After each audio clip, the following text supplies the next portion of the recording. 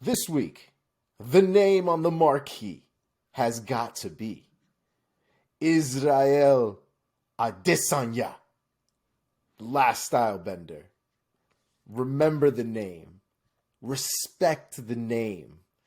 All you chooches out there thinking that shit was just a done deal because he'd won, what, 3? He caught Izzy 3 different times in fights that he was losing. Come on, dog. Come on.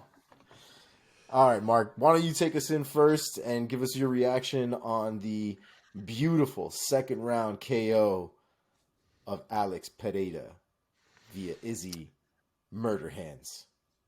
Let's do it. So your boys, Mark and Omar, called this thing. I missed it by a round. I said round 3. What did you say? I don't remember. Did you say finish or decision? Yeah, I think you said decision. But we called the W. I almost really nailed it. But yeah, look, by the time I finish this take, there are probably going to be people in the comments calling me an Izzy fanboy. I will tell you right now, I'm not even a huge Izzy fan. I'm becoming one. But I've rooted against him in a few of his recent fights, so it's not like this is one of my guys, but I am going to give you this take. From what I just saw, from the second Mark Goddard stopped the first fight to the second Izzy walked out of the cage in this one is one of the greatest mental and physical performances I have ever seen in mixed martial arts. This man was unbroken. To have lost twice already to Alex Pereira in kickboxing, then be the UFC champion and have him hunt you down there, then to have him take everything away from you, finish you in the cage, take your belt, make it 3-0. For most people, that would have been a truly debilitating feeling. Not for Israel Adesanya. From the second that first fight ended, as soon as he gets to the back, you can watch the thrill and the agony or whatever other behind-the-scenes stuff there is. As soon as he gets to the back, he is talking calmly, happily. He's not upset. Talking about how he knows he's going to get him next time, how he knows it. And he carried that confidence through the whole camp, all the internet talking about, oh, it's 3-0. Why is this fight happening again? All the replays of him being finished all camp long. He said he knew he'd finish Alex Pereira, and he said he would do it quick. And he came into the cage against the man that finished him twice already with unreal power, and decided to walk forward to change the fight. He wasn't tentative. He wasn't worried.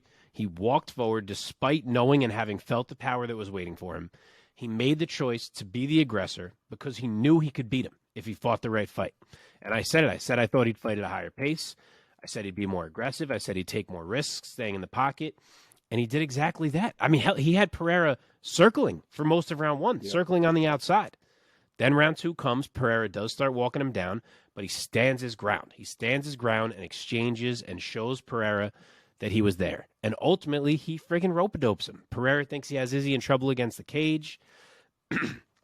He throws a left that he lazily retracts and leaves down at his side instead of bringing back to his face. Izzy sees it. He opens up with a combo, and next thing you know, Pereira is getting hammer-fisted into the earth's core. Then from there, you get the 3 arrows celebration, which was one of the dopest fucking celebrations I've ever seen in my life. It's Pereira's move that he does on his way to the octagon. 1 arrow for each of the losses that Izzy overcame. The emotion in it, whether you liked it or not after that, him knowing exactly where Pereira's son was, who mocked him after the first KO, pointing to him in the crowd, mocking him back.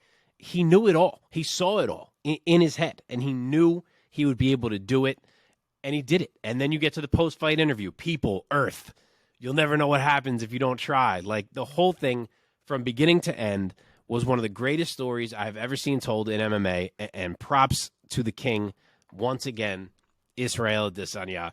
I will not ever forget that night.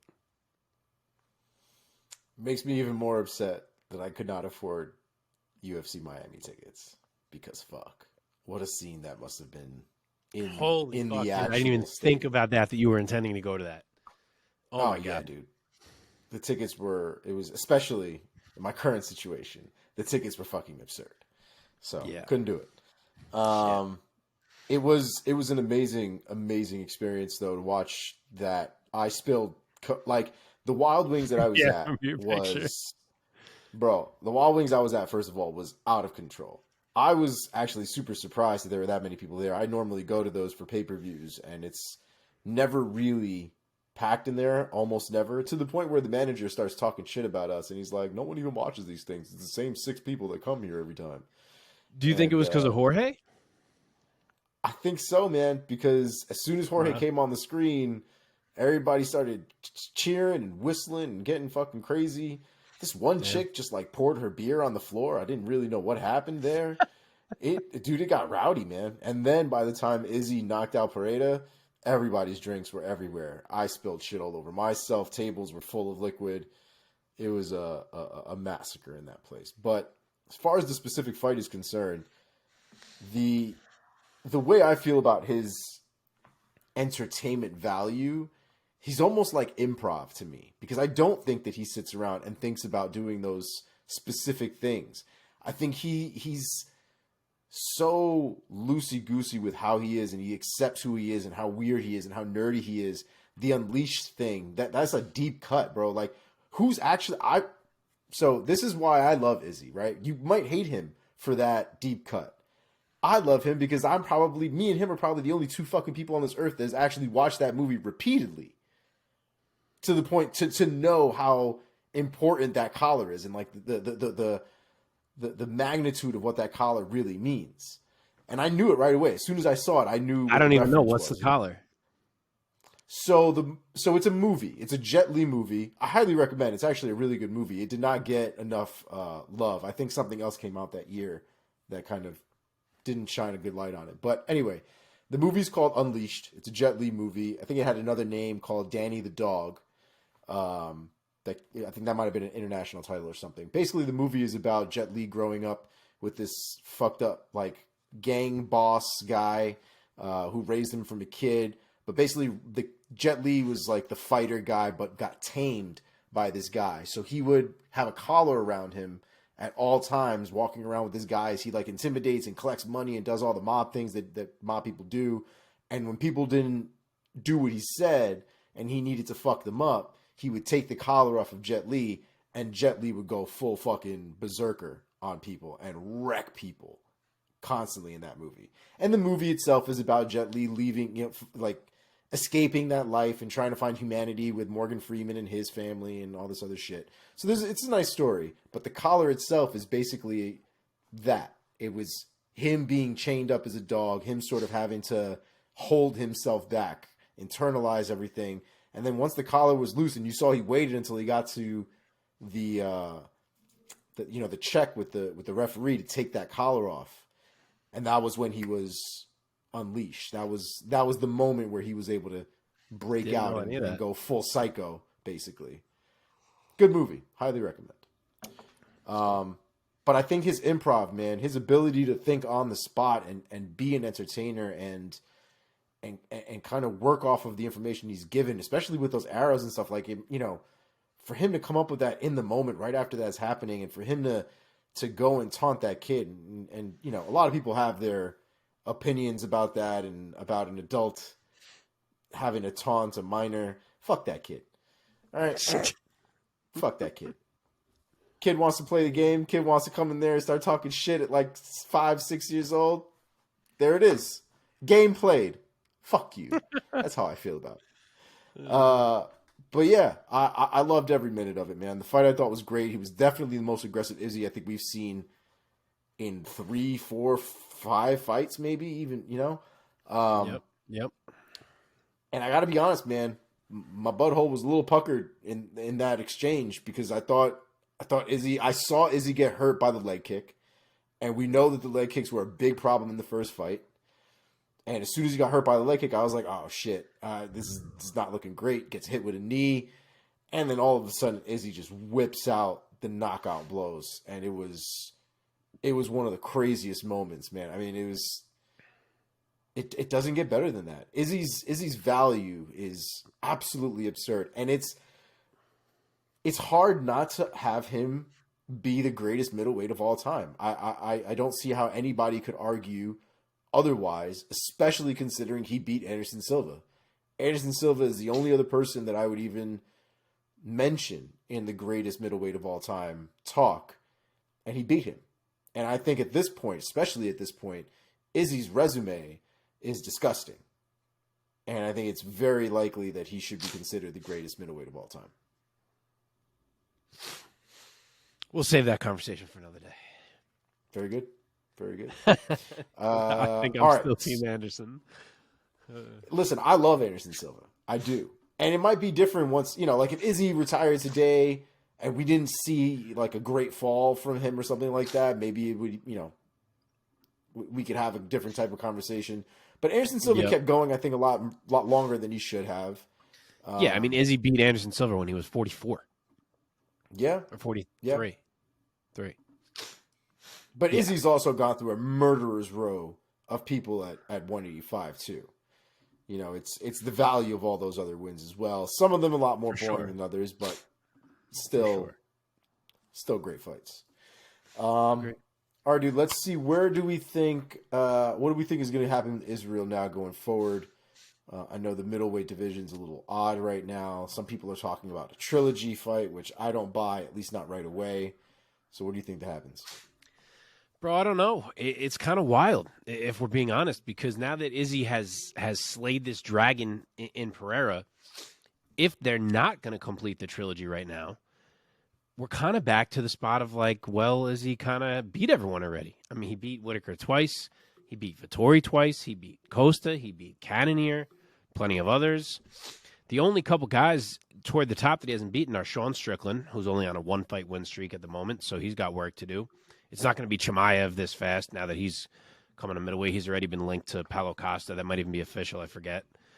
Yep. So really the only guy left in the whole middleweight landscape that makes any type of sense is Dricus du Plessis.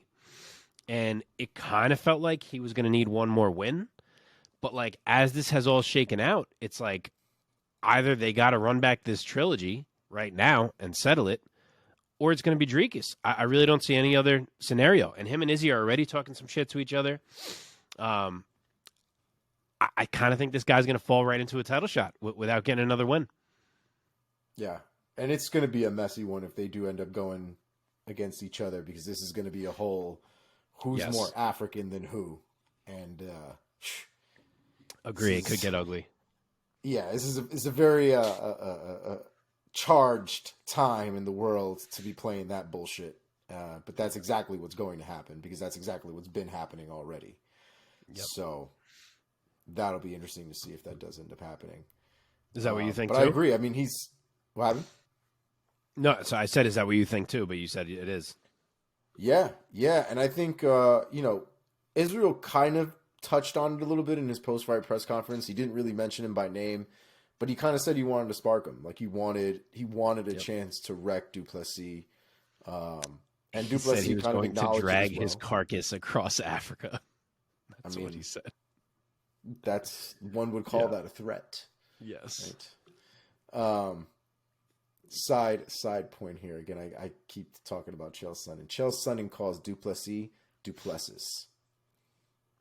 That's what a lot of people were saying in the beginning, until in every post-fight interview he was like, "My name is Dricus du Plessis." Yeah, no, not the Chael. Duplessis. No. Probably Dricus du Plessis. I don't even think he gives it a first name. He just goes straight for the Plessis. All right. What about Pereira now? Does Pereira go to 205? Does Pereira stay at 185 and actually puts in some work in the division? What are you thinking? So I get why people are saying he could go to 205 because, as we've said before, he's such a weight bully. He's so fucking big. He could easily fight at 205. To me, though, if we're not going to do the trilogy right now, and Izzy is going to fight someone like Adricus, if Pereira got another great win, I could see the very next fight being the trilogy. So if I'm him, I'm trying to take another middleweight fight. It sounds like, as I said, that we're going to get Costa and Chimaev, which kind of leaves like that foursome of Whitaker, Vettori, Cannonier, and Pereira. And Whitaker has already fought both of those other guys and beat them. So to me, it's like take Cannonier and Vettori, let them fight each other, and make the big fight. Make Robert Whitaker, Alex Pereira. And if so you sent something. Sorry, I was going to say you sent something. I think you sent something to us the other day where the idea was Alex Pereira moves up to 205. Oh yeah, Ideally, in a perfect world, Pereira wins the belt at 205. Izzy has the belt at 185, and you get a trilogy fight, potentially at 205 for a champ status. You could even argue you can have Pereira go back down to 185 and try his hand at champ status. Either way, a trilogy fight with two guys with a belt at that point probably sells a lot better than an immediate trilogy fight. It's insane. It's just, how do you tell the 205-pound division, like, hey, guys, this guy just lost at middleweight, but he's going to fight for the title against Jamal Hill? I just feel like it's not realistic. I get it. I get the appeal. But I don't know how you actually pull that off. I think Pereira could slip in right into the top 5. I think he would only need one big win in order for it to happen. Yeah, if he beats someone, different story. If he beats someone at 205, I mean, that's totally different story. But 205, frankly, is up for grabs as far as I'm concerned. That, I love Jamal Hill. I think Jamal Hill could actually beat a lot of these guys. But there's nobody in that division that's like, maybe it's the John Jones effect. Maybe the fact that this man was so dominant and just, that is the bar for 205, that nobody has seemed to reach that point. And so, without reaching that point, it just seems like an Alex Pereira could come in and really do some shit in that division. Yeah. All right. Anything else we want to talk about this fight before we move on? I'm good to go. All right. Congratulations to Israel Adesanya for his moment on our coveted, exclusive, subscriber-only marquee. Oh, man. Quote, unquote, parentheses, sarcasm in jest, ladies and gentlemen. What was the word Tone again? It down. We were delusional? We were delusional. Tone it down. Oh, boy. We know what this is. You see I'm in my room with like a single heavy bag in a closet, right? We know what this is. Tone it down. All right. Next on the list, Gilbert Burns' unanimous decision over Jorge Masvidal, as Chael Sonnen would like to say, George Masvidal. It's amazing how many people call him George. I don't understand it. It's the oddest thing. It's not his name. If people called me like Merck, I would be like, stop doing that. My dad, people call my dad William. His real name is Guillermo, right? That's his Hispanic It's name. the translation, at least. Well, all right, the translation of okay, yeah, duh. Yeah, but William is not his name. It's not. Yeah. But he just smiles. He smiles and waves. He's just nice. Yeah. Jorge Masvidal retired after this fight. Very long career. That man, his first professional fight was in 2003, I believe, and God only knows how long he was fighting before then. Off the books, if you will. He's had a great career, especially these last few years. Ben Askren, the Darren Till knockout, kind of getting his momentum, having a couple different title shots here. Unfortunately, not getting, to the tippy top of the mountain, but the man made it to a very damn near base camp. So congratulations to him. God knows he's rich as shit at this point. Definitely far from where he started out in his career as far as monetary value is concerned. So good on him. And Game Bred Boxing looks like something I probably will watch on a regular basis if it's that good again. So true. You want to take this one first? Or you want me to go first again? I will take this one first. I was sad to see how right I was about this fight. Kind of knew Gilbert was going to be able to control him. And I think Masvidal, he had an interview with Ariel today, and it was all the things we kind of talked about last week. Is I really see Masvidal losing a step. His defense is not the same. His ability to dodge is not the same. His ability to slip is not the same. The man has power, he has power. He doesn't have the same explosiveness. He used to be able to do a switch hook super, super quick. And it's so telegraphed now because of how much slower that technique is now, and it's father time being a bitch. and there's not really much that anybody could do about it. You know, my interpretation to a certain degree has always been that he has never really been the most disciplined athlete when it came to the MMA game. You know, if you put up side by side him and Colby, just as an example, Colby doesn't drink. I don't think he smokes. I don't think he fucking eats McDonald's. I don't think he, you know what I mean? I don't think he does any of that. I don't think you're going to see him have a pizza sandwich. You know, like it's not going to happen. And it at some point, especially when you're talking about the tippy top of the hardest sport in the world, the sacrifices that you see guys like Colby making, and even guys like Kamaru and things like that, that does give them an edge. And I don't think Jorge Masvidal ever committed that hard to that part of the game. And I think it cost him. But it doesn't mean that he didn't put on a lot of great fights. But I think you saw the difference in the level that Gilbert Burns, who does that kind of stuff. He doesn't drink, he doesn't smoke. The man takes fucking hair samples of himself to see how biologically accurate he is and balanced he is and all this other crazy shit. These guys are on, you know, they're on some extra stuff. And I don't think Masvidal was, and it showed in the cage, man. He got outworked. He got outworked, outstruck. I don't want to say dominated necessarily, because I think he did make Gilbert work for it, and Gilbert never really got, you know, a position where I thought he was going to beat Masvidal, like finish Masvidal. But Masvidal was never able to put in a game of his own with how much he was defending. Yeah, no, I agree. I honestly, Gilbert teased us in round 1, or at least for most of it. He finally shot with like 10 seconds left. But for like 5 minutes, I'm sitting there and I'm like, this motherfucker, like, he's really just going to come in here and trade with Jorge after all this jiu-jitsu talk. But no, at the end of round 1, as I said, he goes for it. Round 2, he comes out, goes right back to the wrestling. And it was all downhill after that for Jorge, which is what I expected. He handled Jorge on the mat. Jorge defends subs well. He always has. We said it last week.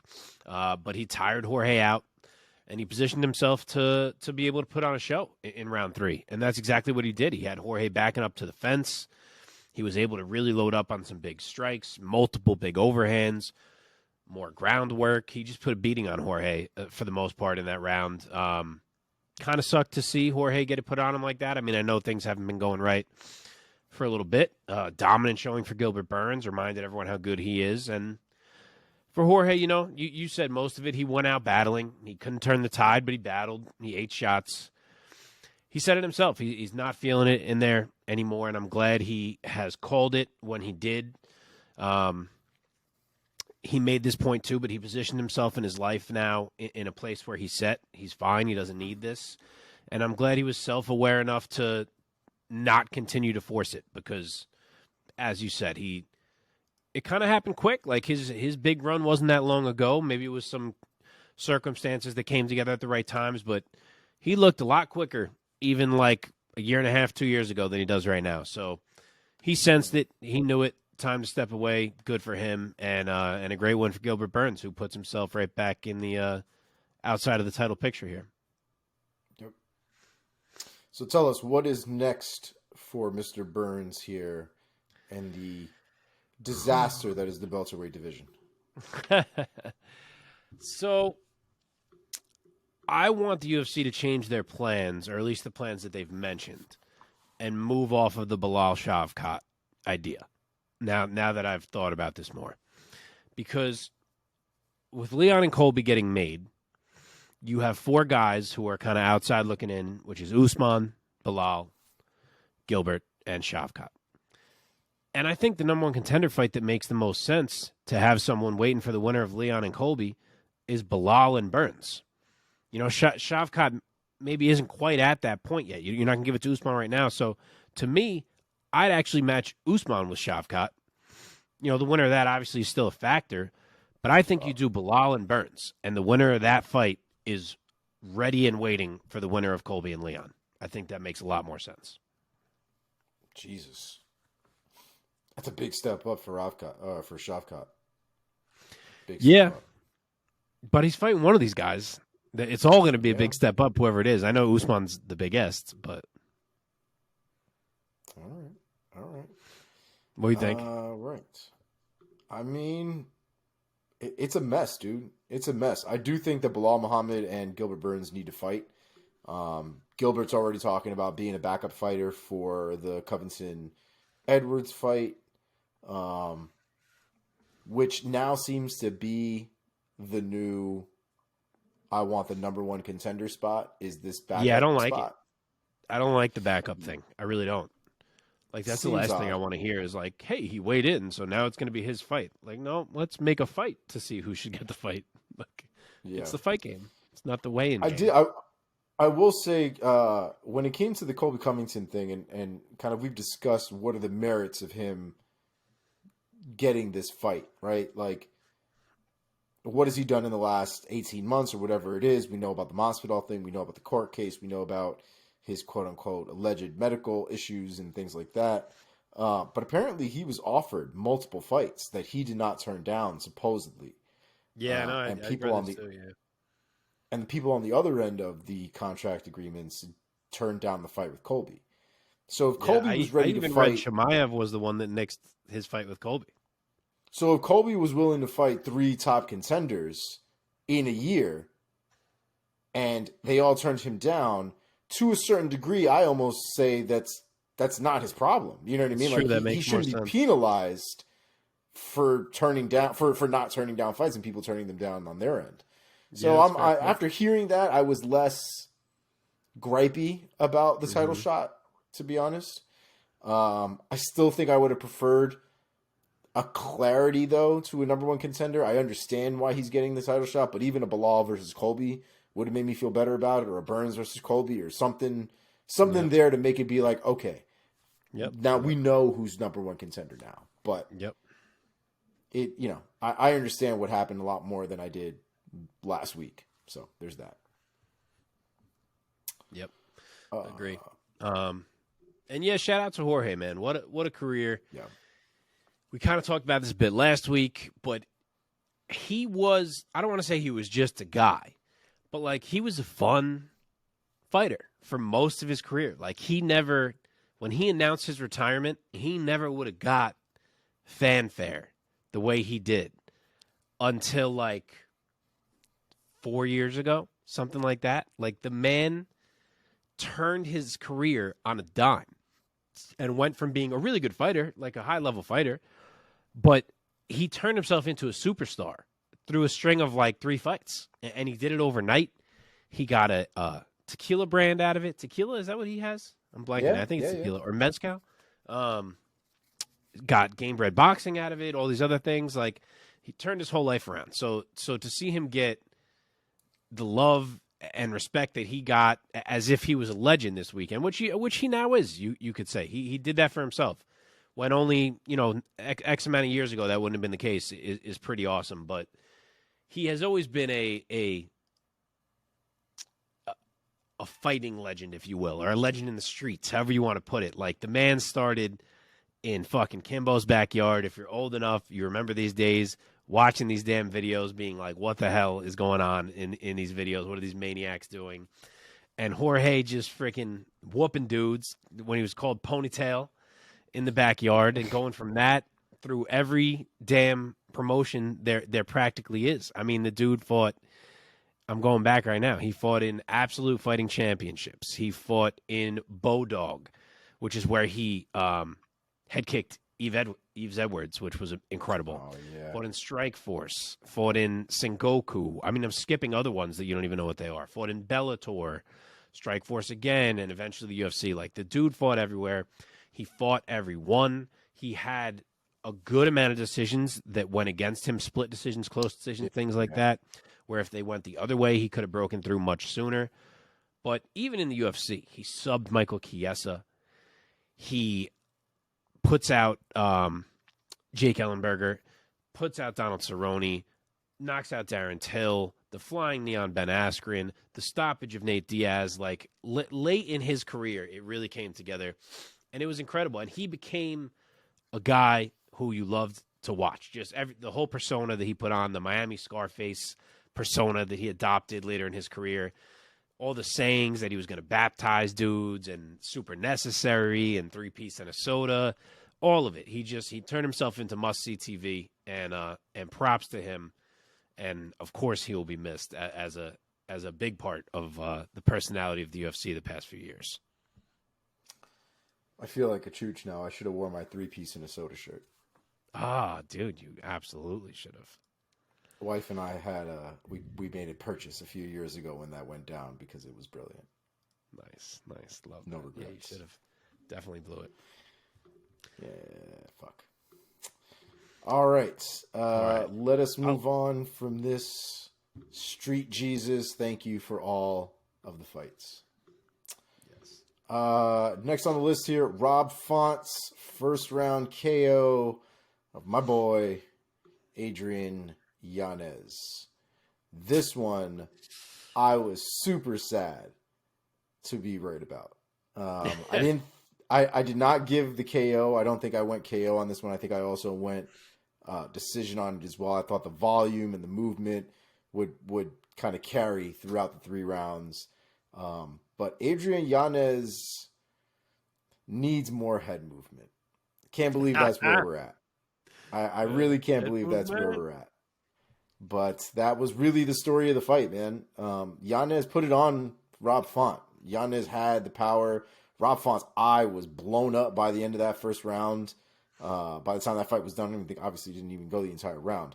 So it didn't take much for Yanez to put some damage on Rob Font. And like we said, Yanez had the power for sure, just not the power to sleep him, with one punch. He would have had to put some things together, and I didn't think that he would be able to put those combinations together against Rob Font, and he couldn't. Rob Font, however, touched Yanez all over the place. I mean, it was crazy. He was laying in 2-3 hit combinations. Yanez was not moving out of the way, very stationary, very flat-footed, all things considered. And I think in my head, Yanez may have had an assumption that he would be able to maybe quickly slip out of the way and return quickly, or maybe beat him to the punch and not have to slip out of the way to begin with. Whatever the game plan was, it obviously did not go to plan because Rob Font put the beating on him. Beautiful 2-piece that just laid Yanez out on the floor. And Rob Font reminds everybody that he's still elite, and Yanez still has a little ways to go before we get to that top. Yeah, I mean, what a statement for the boy Rob Font, man. He didn't just beat a top prospect; he floored him. He took him out in style. And I'm not surprised that Yanez was getting hit clean, man. I said it last week. He gets hit to start fights. We've seen it a lot. The Yanez show generally tends to start in round 2 once he makes his reads and his adjustments. Tony Kelly got a special show in round 1 just because he can't strike. But generally speaking, with the rest of Yanez's opponents, that's how it goes. And I thought that could be the same thing here. But what I never counted on is that Yanez wouldn't even make it to see round 2. I mean, Rob Font had one finish in his last 7 fights coming into this one. Like, he's not really that guy. So I never saw him putting Yanez down in one like that. But, man, he rocked Yanez badly. And, we see now that Yanez is going to have to adjust to fighting these top guys. He was giving it as good as he was getting it in there for the most part. But he can't play this take one to give one game that he plays with guys who are this good. And he's still young as hell. I'm sure he'll adjust. I'm sure he'll be back. The future is hopefully still as bright as we thought it was, but did not go his way on Saturday, and a monster statement from Rob Font to really bounce back from 2 rough losses. Yeah. All right. Where do we think Rob Font will be going from here? So he asked for Davison Figueiredo, which I would have been cool with, but now we hear that Figgy is saying he's going to commit to 3 more fights at flyweight. Apparently talked to Uriah Faber and his team, and they came to some understanding that they thought he should go for 1 more run here at flyweight, so that seems to be the plan. I had previously wanted Petr Yan to welcome Figgy to 135, but with that out of the question now, I actually think Yan Font is the perfect fight to make. So I'm doing that. Yeah. I wonder how much time Figueiredo is about to invest in another flyweight run here because the man is on the wrong side. It was going to be on the wrong side of 30 not too long from now. And the title shot is not going to come immediately at this point, especially if Moreno sticks around. Pantoja shows up. Maybe we get a little bit of, versatility or whatever, but Davidson's playing a dangerous game there. Yeah, I'm surprised. Interesting to see how that. I thought the bantamweight move made a lot of sense. I agree. I thought the fights were there for him, and I thought that was a winnable division, all things considered. The wrestling, I think, is where he would probably have the hardest time, but he's got the power, man, to spark a lot of these guys at 135, I think, still. What about Yanez? Where do we think Yanez is going?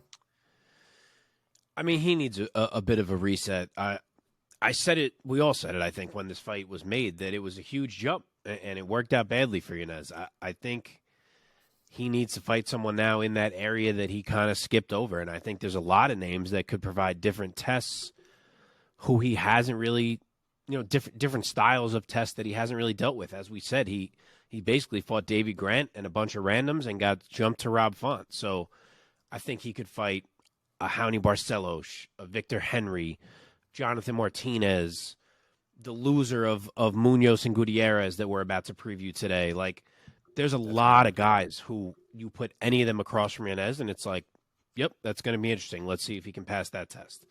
So someone in that general area and not someone who is a top 10 bona fide killer. Yeah, that was my thought, was the loser of the Munoz Gutierrez fight of this weekend.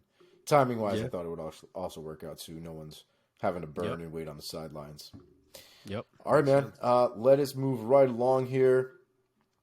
Kevin Holland KOs Santiago Ponzinibbio in the third round. Mark, what do you think about this fight? How do you think Kevin Holland did here, and what about his performance? So I was annoyed through about 2 rounds. Like, I'm sitting here thinking, like, I don't really get the way that he's fighting. I felt like he wasn't being as aggressive as he should have been. I felt like he was passing on some openings where it looked like he maybe could have landed or just kind of gone for a little more than he was. And I'm like, man, this fucking guy's coasting in here. Like, he's lost 2 in a row. I thought he was winning the rounds, but in my head, I was like, fuck, like, I hope he doesn't, like, let this slip somehow. Then I learned after the fight that he's basically fighting the damn fight one-handed. So, typical Kevin Holland. I don't know why this man took this fight when he wasn't close to fully healed. It's not like he's dying for money, but thankfully he got it done anyway. And Pons made it competitive. Like I said, he wasn't winning the rounds, I didn't think, but they were close, and Pons was landing, and he was chewing up Holland's leg, making Holland work. And I even started to think after when we got into the third round, I was like, man, there's no possibility of like a weird decision here going against Holland, right? Like, I was starting to get a little worried, and then Holland just puts the worry to bed. He lands a massive left hook. Pons went straight down, landed on his face, didn't move, ate another punch, still didn't move. So there was zero controversy to me on that stoppage. I saw way too many people tweeting that it was a shitty stoppage. I'm like, what are you fucking watching? So anyway, Kevin Holland still gets it done in style despite being such a Kevin Holland. And he needed it. So well done by him. And now he's going to get another chance, I would think, to break through at welterweight. My brother-in-law said that fight got stopped too early. That Ponzinibbio got right up and was like he was fine. And his logic was, if he got up that quickly, there was no way he was knocked out. I was like, sir, he was face down, ass up on the canvas. His weight was on his eyebrows. His fucking arm was like fucking dead on the floor. Kevin Holland rocks his ass another time and then decides to leave him alone. And yeah, eventually he got up pretty quickly after that. But we've also seen guys get knocked out, happens, man. Slam their face on the floor, and wake up as a result of getting slammed on the floor. Yeah. So I thought it was the perfect call. I also agree. People want death a little too much in the sport sometimes. I thought that was a perfectly valid point to stop that fight. I thought it was a great performance from Kevin Holland, especially considering the fact that I guess for those of you who don't know about the injury from Kevin Holland, in his previous fight with Wonder Boy, where he decided to kickbox the fucking world-renowned kickboxer. He broke his right hand pretty badly and had to get surgery on it as a result. As it turns out, the hand had not fully healed, or at least not healed to the point where he wasn't feeling it anymore. And so he said he didn't train with 4-ounce gloves at all during his camp. And when he got into the octagon is the first time that he was really putting on the 4-ounce gloves to use them. Supposedly there was I guess people noticed that he was talking to Dana about his gloves either before or after, or his hand, I should say. Apparently he was saying that he was worried about his right hand because he hadn't used it in 4-ounce gloves and he wasn't sure how it was going to hold up. Which is why he led with the jab for a majority of that fight and kind of picked him from the outside. Didn't really get into the brawls that he normally does. Didn't throw a lot of the 1-2s down the pipe that he's normally known for. The thing that put out Buckley, for those of you who are not aware of how he throws his 1-2s. But all things considered, a terrible decision to fight, but he made the adjustments that were necessary. And in that third round, that left hook, man, that left hook was right on the button, and it really doesn't get any cleaner than that. So we can criticize him. It obviously, had it gone the other way, we'd be talking maybe a different tune about his decision to fight that fight. Sounds like his mother was not too pleased with his decision to fight. Oh, really? Yeah. But it worked out for him, man, and good on him. Another W on his performance, another good name on the resume, and it's just another move up for Kelvin Holland, man. It sucks for Pons though. Pons is having a rough time trying to come back and have another run out here. Yeah. Where do we think Kelvin Holland goes from here, Mark? So I could see people thinking this is too aggressive. You might too. I know Holland still is not even ranked. How about Jeff Neal? He's coming off a loss. It's an interesting opponent. And Kevin Holland took Khamzat Chimaev on short notice. He saved that card. He could have beat Wonderboy if he fought a different fight, but he was determined to put on a show for the fans. He gets a win here. I don't hate giving him another big opportunity. I say Jeff Neal. For context, he's asking for Michael Chiesa. Now that Chiesa was shafted from his Li Jingliang fight, and they didn't find a replacement fight for him. Chiesa is kind of in the limbo area here. But Kevin Holland said that he'd be down for a fight with Michael Chiesa. Says that it's probably a great fight for him to take with one hand, which seems a little greedy. I'm surprised he asked for a wrestler. It's a good fight, though, man. I think that's a very, very good fight. Yeah. And like you said, definitely somebody who's a little bit up in the rankings. Chiesa needs a good fight back with a good name, put some eyes on. If he beats Kevin Holland, that's a great win for Chiesa, especially on a comeback. So I'm down. Give me all that. Like it. All right. What about Pons, man? Where does poor Pons go from here? I think Pons, barring if he strings some run together, I think he kind of assumes the veteran gatekeeper role at this point. I will say one of either Randy Brown or Phil Rowe. Damn. This dude just got booked for something. Fuck. We'll go with yours. I was going to say Ian Gary, but I know Ian Gary just got booked for something. Yeah, who'd he get? I can't remember for D-Rod? who it was. Was it D-Rod? D-Rod? Oh, it's a better fight anyway. Yeah, D-Rod. Yep. Yeah, it's a better fight. It's a better fight anyway. All right. What is next here? We got one more recap, right? The boy. Yes, sir. The boy, Kelvin Gastelum, coming back with a performance I'm still having trouble fathoming. Like, where has this Kelvin been? Because, Jesus Christ. But the Kelvin Gastelum here with a unanimous decision over the always tough Chris Curtis. Again, where has this man been? Injury after injury, fight getting pulled, teeth getting knocked out, staph infection bursting from his face, and he comes into this fight and looks like an absolute athletic monster. movement on point, power on point, combos on point, chin on point. Chris Curtis had a problem with the headbutt, which I will concede was probably a big deal with as close as that fight was, especially with the sequence that preceded the headbutt. But man, all in all, I still thought, even without the headbutt, Kelvin Gastelum won that fight. He just felt like the rightful winner there.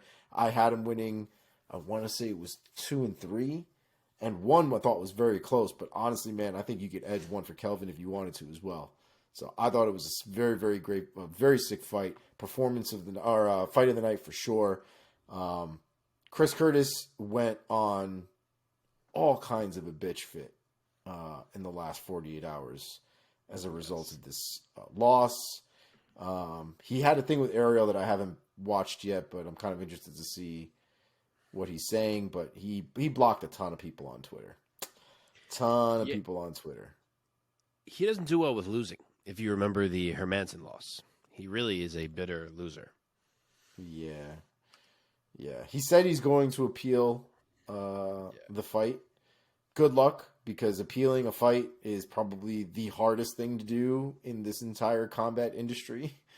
Doesn't happen. Overturning decisions like that doesn't happen, especially if it doesn't involve some kind of performance-enhancing drug or something along those lines, or a complete fuck up from a ref or something wild. For the record, John Jones still has a loss on his record because no one's overturning that ridiculous decision. So that's how crazy that is. Yes. How do you feel, man? How do you feel about the Kelvin Gastelum performance? I mean, that man looked like Kelvin Gastelum. He sounded like Diego Sanchez in the post fight, but he looked like Kelvin Gastelum, the guy that we know. So that was awesome to see him come back that way. And yeah, as much as Chris Curtis wants to complain on Twitter and argue with fans, he didn't win the fight. He just didn't. Like, yes, he won round 3. He came on strong at the end. And I understand there was a headbutt that drastically changed round 2. But it happened, and it wasn't called, and we have to score the fight based on what happened. So we don't get to then ignore everything that Kelvin did just because there was a headbutt. Like, we have to score on what happened. And what happened was that Kelvin jumped on Chris and landed about 10 shots, and they were huge in that round. So, yes, it does suck, 100%. I feel bad for Chris Curtis in that regard.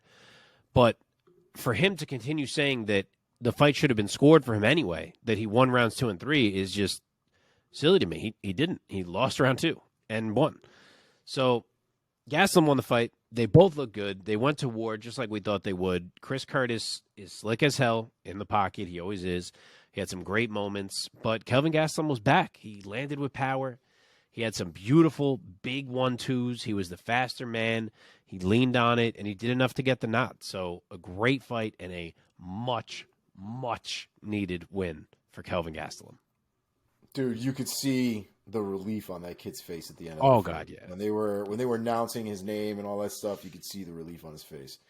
The one thing that keeps getting me crazy about Kelvin Gastelum is his trans-Brazilian personality. His, like, I don't know if you noticed, but even when after he won, and I think they were like, I don't know if it happened as soon as he won or when they were talking to him or announcing his name, but like he did like the Edson Barboza where he was like, I am nothing. Jesus Christ, he is the number one. Like he was doing like I don't know. I've only ever seen Brazilians do that shit, and I've never seen Kelvin do it. And like he's going full Mackenzie Dern on me, but the opposite direction. His coach was Cordero for a long time, so maybe a lot of influence. Oh, 100%. 100%. Because as soon as he started training with them, he started doing like the hand thing that Shogun does. Kelvin Gastelum went full Brazilian on us in the last decade, bro. Shit is wild. Yeah, I thought it was a great performance, man. What about Chris Curtis? Where do we think Chris Curtis goes from here? So we didn't do Kelvin yet, just so you know. Let's do Curtis first, and then we'll go Kelvin. All right. We'll go Gastelum. I am gonna say it's a setback here for Curtis. So I'm gonna say the winner of Edmund Shabazian and Anthony Hernandez. That's a fun fight coming up. I do think whoever wins that fight deserves a big fight, and I think Chris Curtis makes a lot of sense. Oh, shit, I like that. I didn't even think about that. I like that a lot. Yeah. Fluffy, man. That dude might... Can I call him a dark horse? Would that be apropos to say he's the dark horse in the division? Yes. I think Fluffy's is going to have a good year, man. I'm feeling it. Yeah, I like him, man. I do.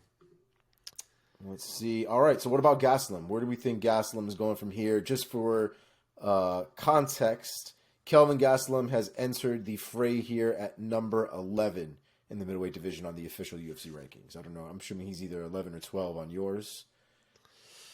Is it Trio rankings? I don't even have it open. I'm terribly, terribly unprepared. Oh he is. Nope, he's not a welterweight. Let's go to middleweight. He's number 11. Well, there you go. You and the UFC. That's probably one of the few things you have in common right now. I think the most likely scenario might be that they go right back to the Nasruddin Imavov booking. I know they kind of liked that matchup, but I kind of like the idea of going with Sean Strickland. I think Gastelum and Sean Strickland would be a real fun fight. I 100% agree. The Imavov fight gives me zero interest at this point. I've moved on. We've gotten his return fight. Because the whole thing was Imavov was welcoming him back. Yeah. He's been welcomed. You lost it. You're done. Let's move on to things that are more important. Kelvin doesn't need that kind of negativity going to something that, at this point, something that's not even going to really move him up the ladder all too much. Yeah. So I think we give him the Sean Strickland fight. That's definitely one to go with. Honestly, dude, if you're not going to give Duplessis Adesanya right away, he could tangle with Duplessis as well. I think it's dangerous from a business perspective to put him in that position and potentially fuck up what could be your very next championship fight. But from a skill on skill perspective and it'd be a fun good matchup. Fight perspective, it's a great matchup. I don't know if I could see Duplessis saying okay to that, but it'd be fun. Especially because I think he's like right there, bro. Like he just talks 1-2 more things at Adesanya, and it might. Oh, if I'm him, I'm really talking as much himself. as I can right now. Because the more that it's in the media, the more that fight's going to get booked. Yep. Yeah, he might literally talk himself into a title fight. Legit. Yep. All right, man. I think that's all we have for these breakdowns. The rest of these fights from this card, we are going to throw into our lightning round.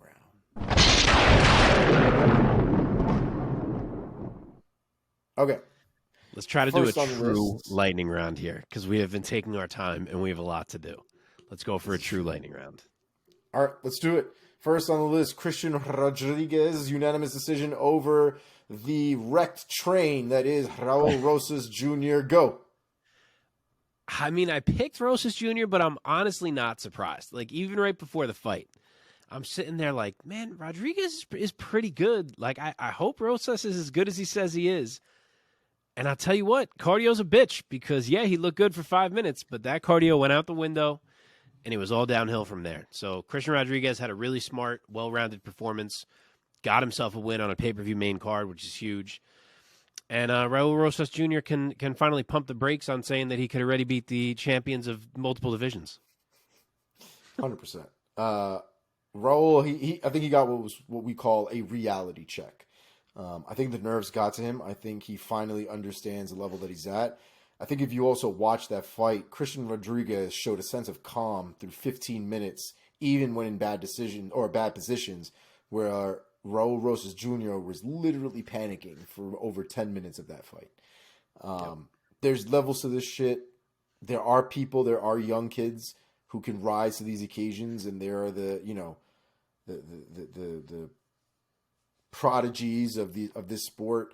And Raul Rosas Jr. might be very good, but he's not a John Jones. He's not, you know what I mean? He's got a ways to go.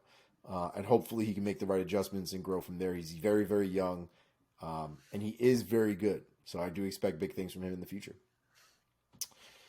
Next on the list, Luana Pinheiro, split decision over Michelle Waterson Gomez. Go, Mark.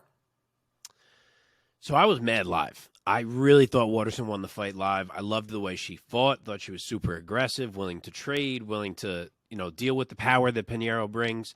I thought she fought a great fight.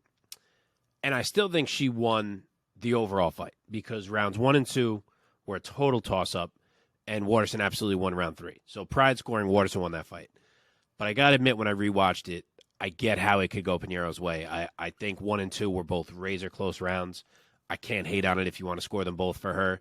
I thought in both of them, she had a huge final 5 seconds to arguably steal both rounds in the final 5 seconds, which is crazy that a combined 10 seconds is what may have won her that fight. But she fought well. She fought tough. She's good, and she eked it out. So big win for Pinheiro.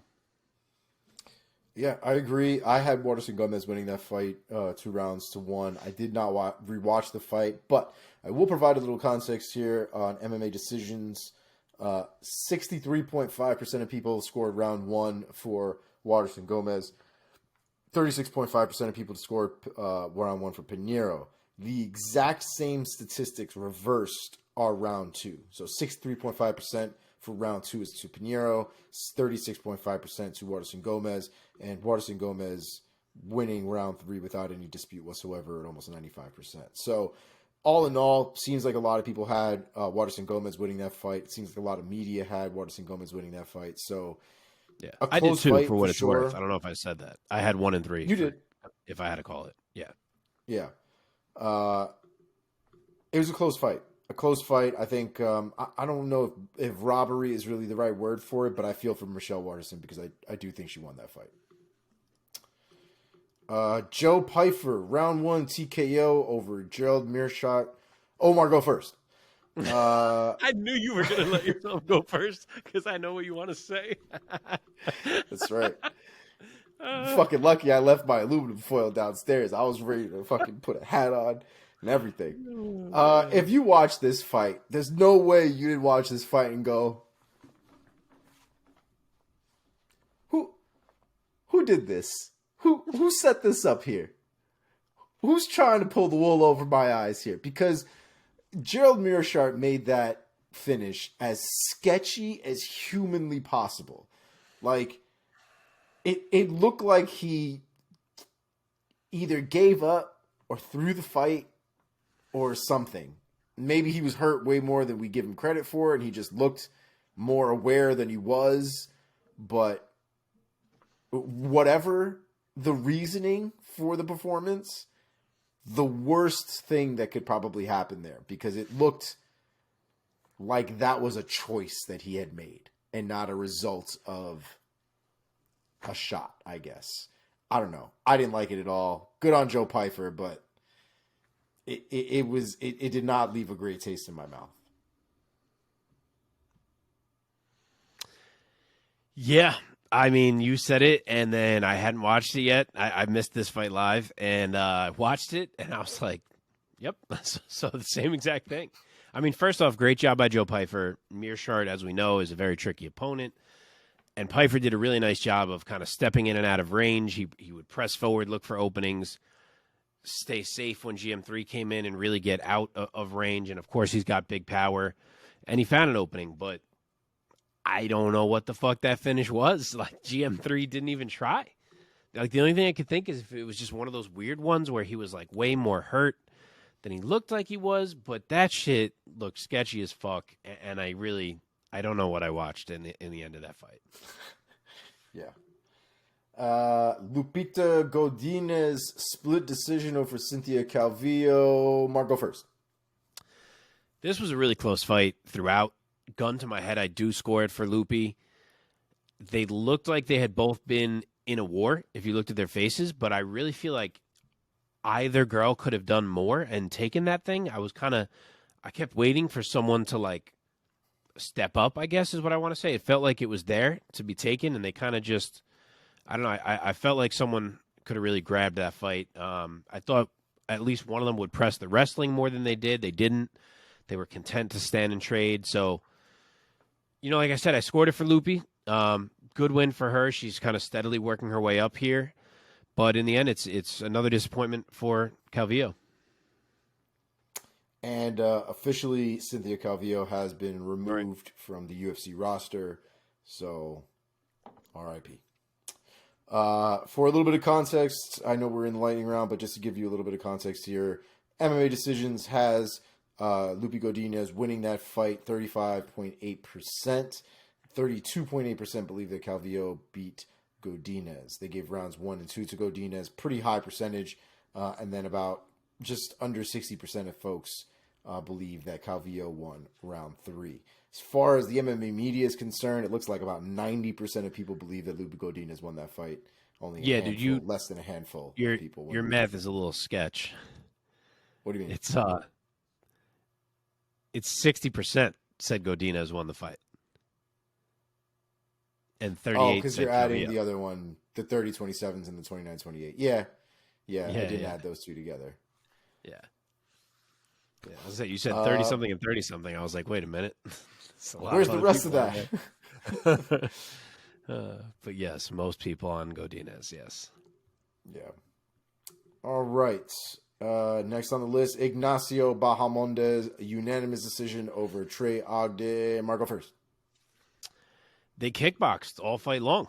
I kept waiting for Ogden to press the wrestling, as I thought that would be the route. And he didn't. And he was very much one shot at a time, whereas Ignacio was more fluid and the more reactive striker. And he won the majority of the exchanges. He started to pick Ogden apart, add up the damage. He controlled the fight, and got himself a nice win, returning from injuries. Yeah, Bahamondes looked great. I thought his striking was pretty crisp. He's so lengthy, and the way that he uses his range and has range management is really sick to see. I will also say that is probably one of the most emotional entrances I have seen to the octagon in quite some time. This man. Oh, I skipped it. What was it? He was just having a full breakdown. Really? Walking to the octagon. Yeah, I guess the injuries and stuff, and him finally coming back and getting in there and stuff like that. It seemed like it was an emotional experience for him. So glad he won that fight, because he might have looked a little choo-choo by the end of that had he not won. So. Steve Garcia next on the list. Steve Garcia, round 2 KO over Shailen Nuranbeki. Omar, go first. Nuranbeki made a lot of terrible fucking decisions in that fight. Is it Becky or Beke? Nuranbeki, I believe. Becca? Nuranbeka? Shailen Nuranbeka. Shailen. Nuranbeka, I think it was. I can't remember now. Yeah, no, can't remember. He was doing well, man. First of all, that dude's got skills up the ass. That dude is a very, very talented man, but the fight IQ is really where he suffered. He had Steve Garcia all kinds of fucked up in the first round. I mean, Garcia didn't know what was left, what was right, where his corner was. He didn't know what was going on. And Shailen decides to try to take him down and do the one thing that gives Garcia chances to recover, and recover Garcia did. And Garcia came back to beat the living shit out of Nuranbeki for the next round, through 2.5 rounds, basically. It was the craziest turnaround, the craziest comeback, I guess the round and a half. The craziest comeback I think I've ever seen. Garcia should have been out. Garcia should have been done in that first round. And the choices that Nuranbeki made in that fight cost him the fight. So good on Steve Garcia for having the chin that he had, the wherewithal to come back, the toughness to come back, the mental fortitude to push through that ass beating that was round 1. And hopefully Nuranbeki can make some better decisions, look back at that fight, make the adjustments going forward, and kind of recognize moments like that he needed to just let Steve Garcia up and just work Steve Garcia some more. Hopefully that kind of performance never happens again, because that was a fight he gave away. Yeah, it looked like he had Steve Garcia's body shut off when that first right hand landed early in the fight. Like you said, he didn't know which way was what, and what a recovery from him.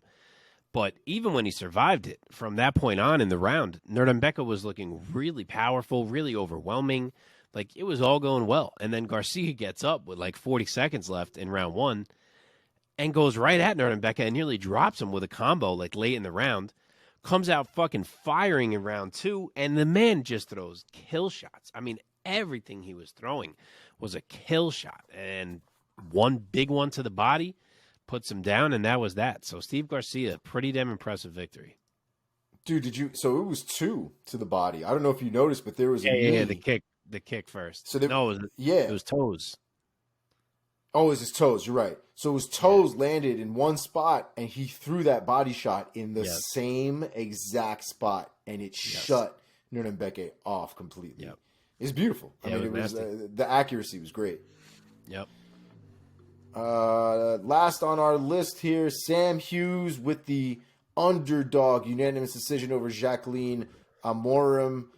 Marco first. So Jacqueline Amorim looked as advertised in round 1. I'm a bit surprised that someone of her jiu-jitsu caliber couldn't finish those chokes, because she had a couple chokes that looked deep as fuck. But Sam Hughes is tough as shit. She was ripping arms off with everything she had, and she managed to stay in it, and it paid off because Amorim had exactly 5 minutes of cardio and not 1 second more. So I'm sure she's talented, but she's got a lot of work to do if she's going to realize that talent in the UFC, because you got to be able to push for longer than that, and Sam Hughes could, and she gets a great gutty win. Yep. And it turns out Sam Hughes' boyfriend bet on her. Sam Hughes was a plus 400 underdog, so Sam Hughes' boyfriend apparently got pizzed that night. And is Sam Hughes going to get in trouble because didn't they pass a rule that you're not allowed to do that anymore? It's true. I don't know. Yeah, I don't know. It said no fighters, camps, or families, didn't it? Did it say families? I don't remember families. I'm pretty sure it did, dude. Family members, I think it said. She should not have added herself. Better not be married. If it's a boyfriend, maybe you can get away with it legally. Oh shit! I didn't even think about that. Amorim looked good, man. I was really, without knowing what the decision was going to be and kind of how the fight was going to go, I was really impressed with her in the first round. I thought her talent and her skill was really evident. And then round 2 came, and she looked like she had never thrown a punch in her life. Like, the gas was absolutely gone, and it was tough to watch because you kind of knew that she had almost no defense at that point. She was just trying to move around, trying to stay alive, and she was basically surviving for 2 rounds, and gave Sam Hughes every opportunity to win that fight, come in and just grind her out for the next 2 rounds. Good comeback from Sam Hughes because she definitely got worked in that first round, and hopefully Amorim can fix up that cardio and put on a performance for a proper 15 minutes, because I guarantee you that won't be the last time she goes 3 rounds with somebody, if not more. So. And that is it, ladies and gentlemen. That is the lightning round.